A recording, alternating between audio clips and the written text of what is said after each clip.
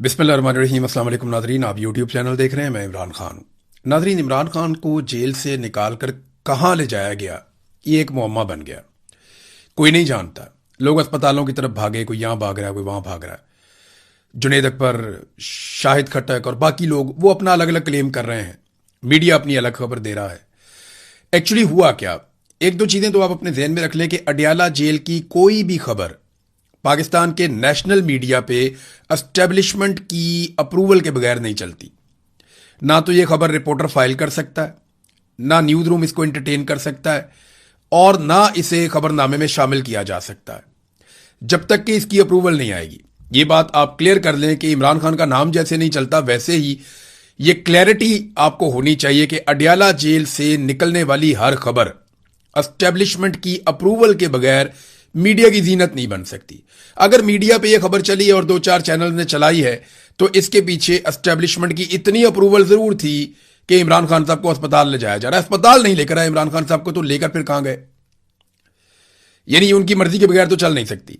अब जो जर्नलिस्ट हैं वो अभी भी बज़िद है। मेरी दो लोगों से बात हुई, उन्होंने कहा जी कि हम आपको पक्की खबर दे रहे हैं। अच्छा, ये मेरी अपनी जाती खबर नहीं है, मुझे क्लेम करके दो सहाफियों ने कहा हम आपको पक्की खबर दे रहे हैं कि 10:50 के बाद इमरान खान साहब को अडयाला जेल से बाहर निकाला गया था। तो मैंने उनसे कहा किसी ने इमरान खान को देखा? उन्होंने कहा जी इमरान खान साहब का स्क्वाड अडयाला जेल से बाहर निकला था और फिर यह खबर चली थी। तो वो स्क्वाड इमरान खान के बगैर तो निकलता नहीं। स्क्वाड का मतलब यह नहीं है कि इमरान खान साहब की अपनी गाड़ियां वहां पे खड़ी हैं, वो एक प्रोटोकॉल्स है जो फॉलो किए जाते हैं, क्योंकि इमरान खान साबिक वजीर आजम और पाकिस्तान के सबसे मकबूल आदमी है और उनके सिक्योरिटी के बहुत सारे रीजंस हैं। पिछली मरतबा आपको पता है कि कुछ बंदे जो हैं उनके खिलाफ कार्रवाई भी हो गई थी कि आपने सिर्फ ये डिस्क्लोज कर दिया कि इमरान खान साहब अस्पताल से वापस रवाना हो गए। तो नाजरीन, 10:50 के बाद यानी 11 बजे से थोड़ी देर पहले इमरान खान साहब का स्क्वाड निकलता है अडयाला जेल से। खबर भी चलवा दी जाती है, एजेंसियों की मर्जी के बगैर यह खबर चल नहीं सकती, हम सब जानते हैं। और उसके बाद इमरान खान साहब किसी अस्पताल में नहीं पहुंचते। अब कहानी क्या है ये हम नहीं जानते इस वक्त, लेकिन एक और चीज है वो हम जानते हैं कि पाकिस्तान तहरीक इंसाफ हो या तहरीक तहफ़्फ़ुज़ आईन पाकिस्तान हो, वो अब मुज़ाहमत पे यकीन नहीं रखते। वो किसी किस्म की मुज़ाहमत के लिए ना खुद तैयार हो रहे हैं ना लोगों को तैयार कर रहे हैं। हाँ, वो पब्लिक के अंदर जाना चाहते हैं, पब्लिक के अंदर पॉपुलर रहना चाहते हैं, वो रूटीन की सियासत करना चाहते हैं, लेकिन उनके पास कोई इनकलाबी एजेंडा नहीं है कि जनाब पाकिस्तान में बड़ी ज्यादती होगी, हम ज्यादती के खिलाफ, जुल्म के खिलाफ खड़े रहेंगे, तब तक खड़े रहेंगे जब तक कि ये जुल्म खत्म नहीं हो जाता। तो आज सुहेल अफरीदी हों या इमरान खान साहब की पार्टी के बाकी लोग हों या तहरीक तहफ़्फ़ुज़ आईन पाकिस्तान की क़यादत हो, मुझे ऐसा दिखाई देता है या मुझे ये समझ आ रही है कि वो मुफाहमत की तरफ जा रहे हैं और जो बैकडोर चैनल राब्ते उनके चल रहे हैं उन पे उनको भरोसा है। अब ये तो मुमकिन नहीं है कि सुहेल अफरीदी की आसिम मुनीर के नुमाइंदे हैं मोहसिन नकवी, उनसे मुलाकात हो और उस मुलाकात में इमरान खान डिस्कस ना हो। ये तो मुमकिन ही नहीं है। इनको तो रात को सोते में भी इमरान खान नजर आता है, दोनों साइडों को। जो सुहेल अफरीदी साइड है वो इमरान खान साहब की पार्टी से है, लाजमी बात है, और वो मुझे पता है कि चाहे अलीमीन गंडापुर हो चाहे सुहेल अफरीदी हो, दोनों की पूरी कोशिश होगी कि इमरान खान को किसी ना किसी तरह बाहर निकाला जाए, लेकिन तरीकाकार अपना अपना है। अब इसी तरह जो एस्टेब्लिशमेंट है उनकी भी नींदें हराम की हुई है इमरान खान ने। तो हमें कुछ चीजें देखनी पड़ेंगी कि पीटीआई बैकडोर चैनल्स पे ऐसा लगता है कि मुतमईन दिखाई दे रही है, लेकिन इमरान खान को कौन बनाएगा? क्या इमरान खान को किसी डील पे आमादा किया जा सकता है कि बाहर आके माफी मांग लो? तो माफी तो इमरान खान नहीं मांगता। अगर माफी मांगनी होती तो वो 3 साल से जेल में ना बैठा होता। दूसरा, क्या इमरान खान साहब को इस बात पे मनाया जा सकता है कि आप तमाम चीजें छोड़ दें और हुकूमत को तस्लीम कर लें और इस हुकूमत के साथ सब्र शुक्र करके आप टाइम गुजारें? तो इस बात पे भी इमरान खान साहब को नहीं मनाया जा सकता। तो क्या इमरान खान को इस बात पे मनाया जा सकता है कि एक सर्टेन टाइम पीरियड के लिए इमरान खान साहब खामोश हो जाए? तो ऐसा दिखाई नहीं देता कि इमरान खान साहब को इस बात पे भी मनाया जा सकता हो। तो मनाया किस बात पे जा सकता है? इमरान खान साहब को उसी बात पे मनाया जा सकता है जिसमें पाकिस्तान का फायदा हो और जिसमें यह निजाम तब्दील हो जाए, वरना आप मना नहीं सकते। यह निजाम तब्दील होने की खबरें अब सुहेल बड़ाइच वगैरह भी दे रहे हैं और हुकूमत मुकम्मल तौर पे नाकाम हो चुकी है। यह बजट जो अब बन रहा है ना, सारे सर पकड़ के बैठे कि इन्होंने क्या किया। पाकिस्तान हर शोबे में नीचे गया है, हमारी सरमायाकारी लगातार कम हो रही है, पाकिस्तान से ब्रेन ड्रेन हो रहा है, कीमती लोग अपना सरमाया लेकर पाकिस्तान से बाहर जा रहे हैं। इकॉनमी बुरी तरह शेक हो चुकी है, गुर्बत में इजाफा हो रहा है, बेरोजगारी में इजाफा हो रहा है, तमाम इशारे जो हैं वो गलत रिपोर्टें दे रहे हैं। कोई चीज पाकिस्तान की दुरुस्त सिमत में नहीं चल रही, दहशतगर्दी इतनी ज्यादा बढ़ती चली जा रही है और कौम में मायूसी है। सबसे बड़ी बात है कौम में मुकम्मल तौर पे मायूसी है। कोई यहां पैसा लगाने के लिए तैयार नहीं है, कोई यहां काम करने के लिए तैयार नहीं है। तो ऐसे में कौम को खड़ा कौन करेगा और किस तरह कौम दोबारा खड़ी हो सकती? कोई उम्मीद आए ना कौम को। तो इन्होंने बड़ी झूठी उम्मीदें दिलाने की कोशिश की कौम को कि शहबाज शरीफ है, ये महातीर मोहम्मद बन जाएगा। कौम मायूस हो गई। उन्होंने कहा नहीं, ये नहीं बन सकता, ये आसिम मुनीर है, ये तुम्हारे लिए ये करेगा वो करेगा, तब्दीली लेकर आएगा। कौम ने कहा सरकारी मुलाजिम है, इसका क्या काम है? इससे पहले भी बड़े आए, बड़े गए, कोई काम नहीं हुआ। और आसिम मुनीर साहब से कौम बहुत मायूस हुई। तो ये पूरा का पूरा सिस्टम जो है वो एक मायूसी की दास्तान है। इन्होंने बहुत तबाही फेरी है इकॉनमी की, दहशतगर्दी के मामलात में, इंसानी हुकूक की, हर चीज में पाकिस्तान में अबतरी हुई है। तो इमरान खान से अब बात तो करनी पड़ेगी और ये बार बार कोशिश करते रहे। मुझे ऐसा लगता है कि अब दोबारा कोशिश कर रहे हैं। सोहेल वड़ाइच का कॉलम शायद इसी सिलसिले की एक कड़ी है। फिर अली अमीन गंडापुर की जो फ्रस्ट्रेशन है या वो जिस तरह से अब सामने निकल कर आ रहे हैं या उनका गुस्सा बढ़ता जा रहा है या उन्होंने अपने साथियों को एक एक करके सामने लाना शुरू कर दिया है, ये क्यों हो रहा है? देखिए, अगर इसी तरह मफामत होनी थी और बातचीत होनी थी तो वो अली अमीन गंडापुर के दौर में भी हो सकती थी। अब ये तकलीफ तो अली अमीन गंडापुर को रहेगी क्योंकि मुझे उन्होंने ये कहा था कि मैं इमरान खान को अपनी गाड़ी में बिठाकर जेल से बाहर लेकर आऊंगा। उनकी ख्वाहिश थी कि अली अमीन गंडापुर जाए और इमरान खान को अपनी गाड़ी में बिठाकर जेल से बाहर लेकर आए। अब अगर सोहेल अफरीदी के टाइम पे ये मुज़ाकरात हो रहे हैं या कोई बैकडोर चैनल राब्ते चल रहे हैं तो फ्रस्ट्रेशन अली अमीन गंडापुर की बढ़ जाना एक फितरी अमल है। ये मेरा एनालिसिस है इस सारी सिचुएशन के ऊपर। हम इस पे मजीद बात करेंगे। लेकिन खान साहब को जेल से निकाला गया, इस बात के ऊपर चंद सहाफी जो बड़े मोतबर हैं वो बड़े बड़े शोर शॉट हैं, वो कहते हैं ये बिल्कुल निकाला है। खान साहब जेल से बाहर गए, अस्पताल नहीं पहुंचे, कहां लेकर गए कोई पता नहीं है। बहरहाल बुशरा बीबी की फैमिली की भी मुलाकातें नहीं हुई और वो मैं आपको एक और बात भी बता देता हूं। जेल में जब मुलाकात करवाई जाती है तो बाकायदा हलफ लिया जाता है, बुशरा बीबी से भी हलफ लिया जाता है। ये मुझे एक सोर्स ने बताया। और फैमिली से भी हलफ लिया जाता है कि आप बाहर आकर कोई बात नहीं करेंगे और बुशरा बीबी से हलफ लिया जाता है कि आप इमरान खान के बारे में इनसे कोई बात नहीं करेंगी। ये अभी लास्ट जो एपिसोड हुए एक दो उनके अंदर ये हुआ। बहरहाल ये तो एस्टेब्लिशमेंट का अपना तरीकाकार है, वो बेचारे फंसे हुए बहुत बुरी तरह। पाकिस्तान तहरीक इंसाफ के लोग सोहेल अफरीदी धरना देने के लिए पहुंचे, वो जा रहे हैं जी असेंबली के बाहर कि जी बजट ठीक नहीं है तो हम धरना देने आ रहे हैं। भैया आपने बजट पढ़ा है? आपको पता है उसमें क्या लिखा है? आपको क्या मिलने जा रहा है, आपको क्या नहीं मिलने जा रहा? आप मुंह उठा के चल पड़े जनाब हमने जाके धरना देना है। आपकी पार्टी कहती है कि हमारे साथ एतमाद में भी नहीं लिया। और जब आप 200, 250, 500 बंदा लेकर आप जाएंगे तो इस्लामाबाद में आपको 10-15 पुलिस वाले रोक लेंगे। और यही हुआ। 26 नंबर चुंगी पे उन्होंने रोक लिया। वो फेस सेविंग थोड़ी बहुत देंगे और वापस छोड़ देंगे। ये क्या हो रहा है भाई? ये पाकिस्तान तहरीक इंसाफ अवाम की सबसे बड़ी पार्टी है। आपने आना, आप 2, 2.5, 3 लाख बंदा लेकर आए। 10,000, 5,000, 25,000 बंदे लाकर तो आपने देख लिया।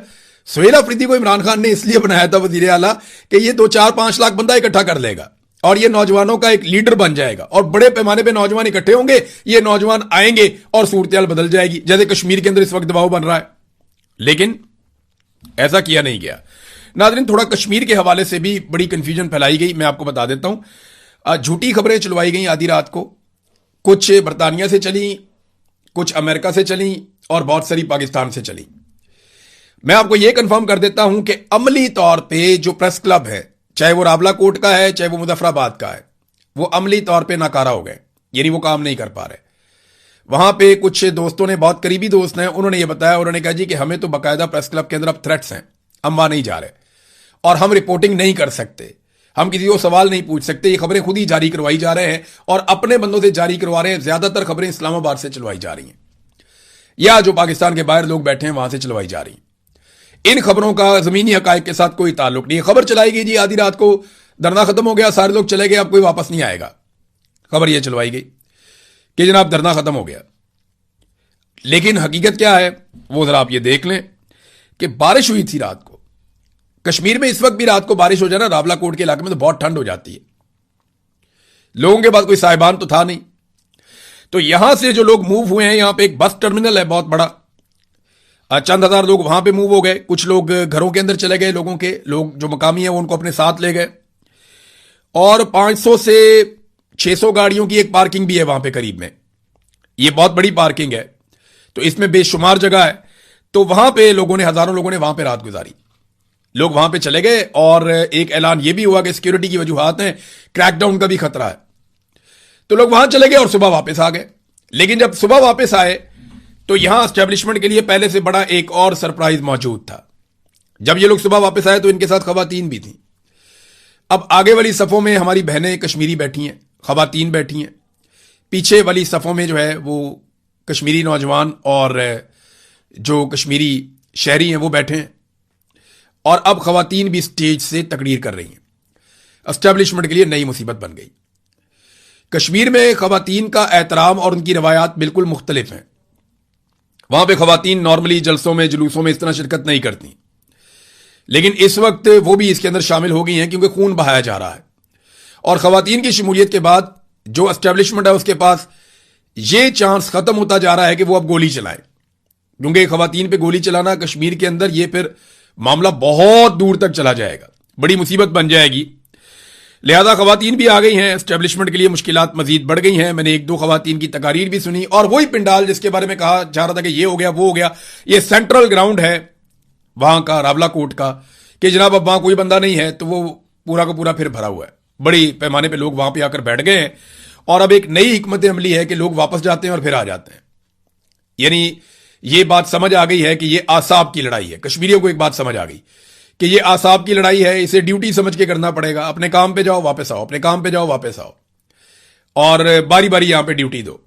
तो अब आप ये देखेंगे कि लोग डिस्पर्स हो जाया करेंगे, मुंतशिर हो जाया करेंगे और फिर इकट्ठे हो जाया करेंगे, और ये मुस्तकिल एक जलता हुआ टायर एस्टेब्लिशमेंट के गले में पड़ जाएगा। बैठ के बात करनी पड़ेगी, क्योंकि अभी भी देखें वहां पे आजाद कश्मीर में इंटरनेट, मोबाइल फोन, बहुत सारी सर्विसेज बंद की हुई हैं और क्रैकडाउन की तैयारियां की जा रही हैं। बल्कि ये खबरें दी जा रही हैं कि आज रात को कोई बहुत बड़ा क्रैकडाउन किया जाएगा। रात को सिक्योरिटी फोर्सेस के पास ये चांस था कि वो मैदान पे कब्जा कर लेते और वहां बैठ जाते, लेकिन नहीं कर पाए।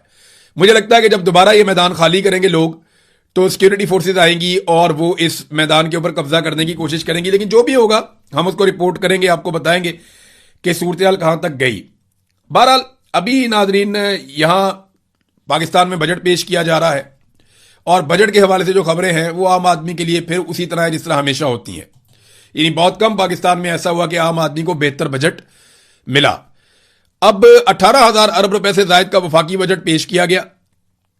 4-5 चीजें मैं आपको बता दूं कि महंगाई जो बढ़ी है ना पाकिस्तान में, वो लगभग 200% बढ़ी है।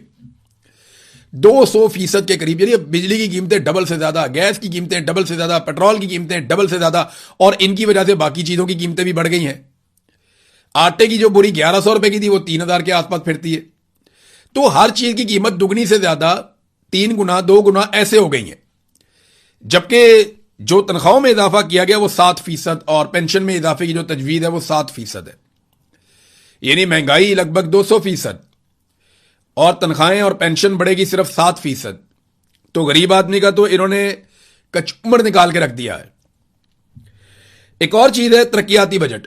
ये नाजरीन वो सारी तरक्याती स्कीमें होती हैं जो आपके लिए बनती हैं। स्कूल, यूनिवर्सिटीज, अस्पताल, प्ले ग्राउंड्स, बहुत सारी फैसिलिटीज, बहुत सारे पुल, सड़कें, ये तरक्याती बजट इनके ऊपर होता है। तो तरक्याती बजट आधे से भी कम कर दिया ये पाकिस्तान की मौजूदा सरकार ने, क्योंकि ये तो तरक्की करने आए थे ना। ये किन बुनियादों पे आए थे कि जी इमरान खान तरक्की नहीं कर रहा, नंबर 1। नंबर 2, इमरान खान के दौर में महंगाई बहुत ज्यादा है। तो अब इन्होंने ये हालात कर दिए हैं कि तरक्याती बजट को कम करते करते करते जितना बच गया था उसको भी आधा करने जा रहे हैं, आधे से भी कम। एक तो अब आपके जितने पुराने बड़े प्रोजेक्ट हैं, ये वुज़रा खुद मान रहे हैं कि वो अब नहीं चलेंगे। आपके बड़े बड़े प्रोजेक्ट पाकिस्तान में जो बन रहे थे तरक्की के लिए, वो अब नहीं चलेंगे। नंबर 2, कोई नया प्रोजेक्ट अब ये शुरू नहीं कर पाएगी हुकूमत। यानी किसी नए प्रोजेक्ट पे अमल दरामद नहीं कर पाएंगे। जो चीजें हैं उनको बेच के ये गुजारा करेंगे कर्जे ले लेकर, और ये कुछ नहीं कर पाएंगे। तो तरक्याती बजट खत्म होने का मतलब यह है कि पाकिस्तान में तरक्याती मंसूबे खत्म। अब आप तरक्की नहीं कर सकेंगे। एक तरफ सुहेल अफरीदी जो है वो सरप्लस बजट देके वफाक की मदद करते हैं, अरबों रुपया खैबर पख्तूनख्वा की अवाम का अरबों रुपया उनको कुर्बान कर देते हैं, उनके ऊपर, एस्टेब्लिशमेंट के ऊपर और वफाकी हुकूमत के ऊपर, और साथ में एहतजाज करने भी जा रहे हैं। कुछ समझ आ रही है बात की? एक तरफ उनके हाथ मजबूत कर रहे हैं, उनको मजबूत कर रहे हैं, उन्हें फायदा दे रहे हैं, अपने अवाम का हक छीन कर उनको दे रहे हैं, और दूसरी तरफ उन्हीं के खिलाफ एहतजाज करने जा रहे हैं। कोई बात समझ नहीं आ रही। 2 दिन पहले आप उनके साथ वहां मुज़ाकरात में बैठे थे, मीटिंग में बैठे थे, अपनी चीजें उनके सामने रख देते आप। और अगर एहतजाज करना था तो वहां एहतजाज करते, बाहर निकल आते, कहते जी मैं एहतजाज करता हूं, मैं इस आदमी के साथ तस्वीर भी नहीं बनवाता। वहां जनाब सारी बातें तय करके उसके साथ फोटो बना के बाहर निकल आए, अब जनाब वहां से बंदे लेकर आने मैं एहतजाज करने जा रहा हूं। लोग रोटी को चोची कहते हैं, बेवकूफ है लोग, लोगों को सारा कुछ नजर आ रहा है, लोग बेवकूफ नहीं है। दिफाई बजट में नाज़रीन इजाफा किया गया, ये जरूर डिस्कस होना चाहिए। 17.6% दिफाई बजट पाकिस्तान का बढ़ा दिया गया, बहुत अच्छा फैसला है। पाकिस्तान को अपना दिफा मजबूत करना चाहिए, लेकिन साथ ही साथ चंद चीजों की टाइमलाइन भी बतानी चाहिए।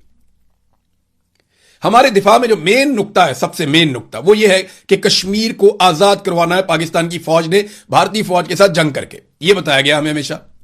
इसकी कोई टाइमलाइन बता दें कि अब बजट इतना ज्यादा बढ़ रहा है तो किस दिन कश्मीर आजाद हो जाएगा, थोड़ा यह भी बता दें। दूसरा यह बताएं कि इंटेलिजेंस एजेंसियों की नाकामियां खत्म करने का तरीकाकार क्या होगा, क्योंकि लगातार पाकिस्तान में दहशतगर्दी का ग्राफ ऊपर जा रहा है, ऊपर जा रहा है, ऊपर जा रहा है, ऊपर जा रहा है। तो यह दहशतगर्दी का ग्राफ नीचे कैसे आएगा, इसकी भी कोई टाइमलाइन बताएं, कैसे करेंगे। बजट जरूर बढ़ाना चाहिए, दिफा का बजट बढ़ाएं, लेकिन काम भी करें ना।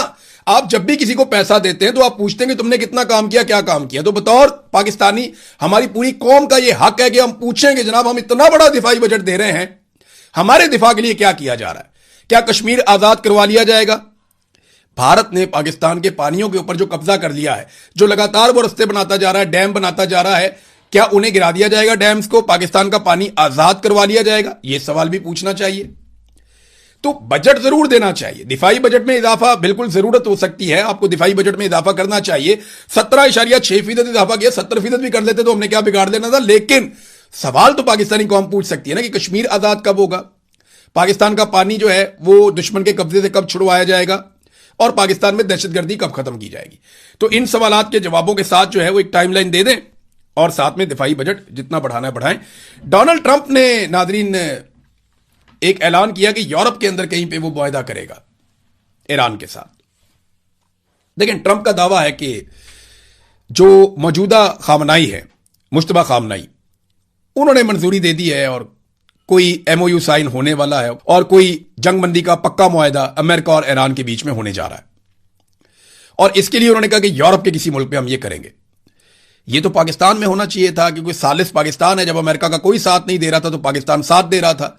तो मैं आपको यह बता देता हूं कि जो टास्क दिया गया था पाकिस्तान के फील्ड मार्शल को डोनाल्ड ट्रंप की जानिब से, वो एज इट इज नहीं हो पाया। अमरीकी शराइत के ऊपर पाकिस्तान ईरान को नहीं ला पाया, ईरानियों ने अपने हकूक सरेंडर नहीं किए, ईरानियों ने जंगबंदी का वो तरीकाकार कबूल नहीं किया जिसमें जिल्लत हो। और यही टास्क था जो मिला था पाकिस्तान को कि आपने अमेरिका और ईरान की जंगबंदी करवानी है, लेकिन इस तरीके से करवानी है कि उसमें अमेरिका को बहुत बड़ी फेस सेविंग मिले और ईरान थोड़ा बैकफुट पे जाए। तो ईरान ने वो कबूल नहीं किया। हाँ, ईरान ने यह जरूर कहा कि सालसी होनी चाहिए, मुज़ाकरात होने चाहिए, मुआहदा होना चाहिए, ये वो कबूल करता है। लेकिन पाकिस्तान जो मनवाना चाह रहा था, अमेरिका जो पाकिस्तान के जरिए करना चाह रहा था, पाकिस्तान वो डिलीवर नहीं कर पाया। अगर पाकिस्तान वो डिलीवर करता तो याद रखिए ये मुआहदा पाकिस्तान के अंदर होता। वैसे होना पाकिस्तान में ही चाहिए, पाकिस्तान ने बड़ी कोशिश की है इसके बारे में, लेकिन ट्रंप कह रहे हैं कि जनाब यूरोप के अंदर होगा तो अमरीकी शराइत और ईरानी शराइत जिस जगह पे जाके मर्ज हो जाएंगी ना, वहां ये मुआहदा हो जाएगा। और अगर यही मुआहदा होना था जो अमेरिका को अब दिखाई दे रहा है, तो ये तो ईरान के साथ अमेरिका खुद भी कर सकता था, या कतर भी करवा सकता था, या कोई भी मुल्क करवा सकता था। बहरहाल अब देखते हैं कि ये यूरोप में जाकर होता है, किसी और मुल्क में होता है, कहां पे होता है। इन चीजों पे हम नजर रखेंगे, आपके साथ शेयर करते रहेंगे। अब तक के लिए इतना ही, अपना ख्याल रखिएगा, अपने इस चैनल का भी। अल्लाह हाफिज।